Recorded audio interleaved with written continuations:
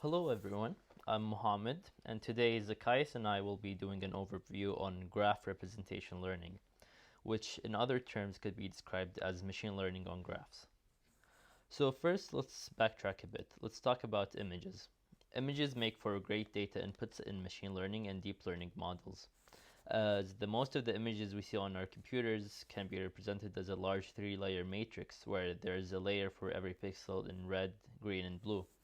These matrices prove to be great input because they can be easily manipulated and computed. On the other hand, we have graphs. This is a graph visualization of the co-author dataset that I actually plotted on Google Colab.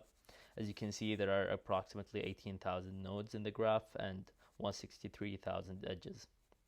This makes for a very complex structure. As we can see, this actually took around 15 minutes to plot on Google Colab, and I used the Graph Viz library.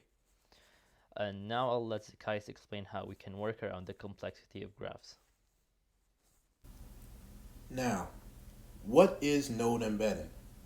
It is a way to map nodes to an embedding space which will have less dimensions than the nodes in the network itself. Why is this needed?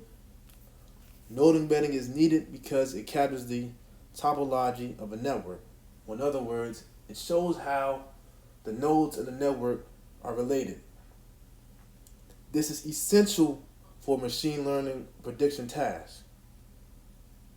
The two main node embedding methods that are used in graph representation learning are the deep walk algorithm and the node 2-vec algorithm.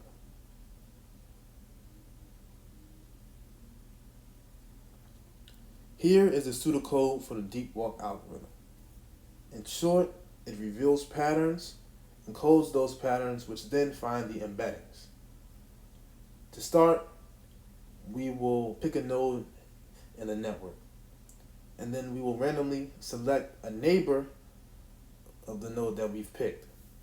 We will then add that node to our path, and then we will then choose a neighbor of our starting node, and repeat the previous steps for that node until the desired number of steps has been taken.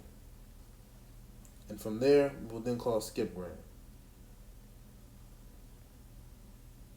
For node 2-vec, we will pick a node V in our network and traverse the network using a breadth first search and a depth first search. The breadth first search shows how specific nodes are related to each other, or in other words, neighborhoods in the network. And the depth first search keeps the structural symmetry. So this basically means that this node on this side of the graph has a similar structure to this node on the opposite side of the graph because they both have three neighbors. Now, the parameters used to determine the unnormalized transition probability are P, the return rate, and Q, the exploration rate. To determine the next node to explore, we must do the following. We must walk from our starting node V to its neighbor U.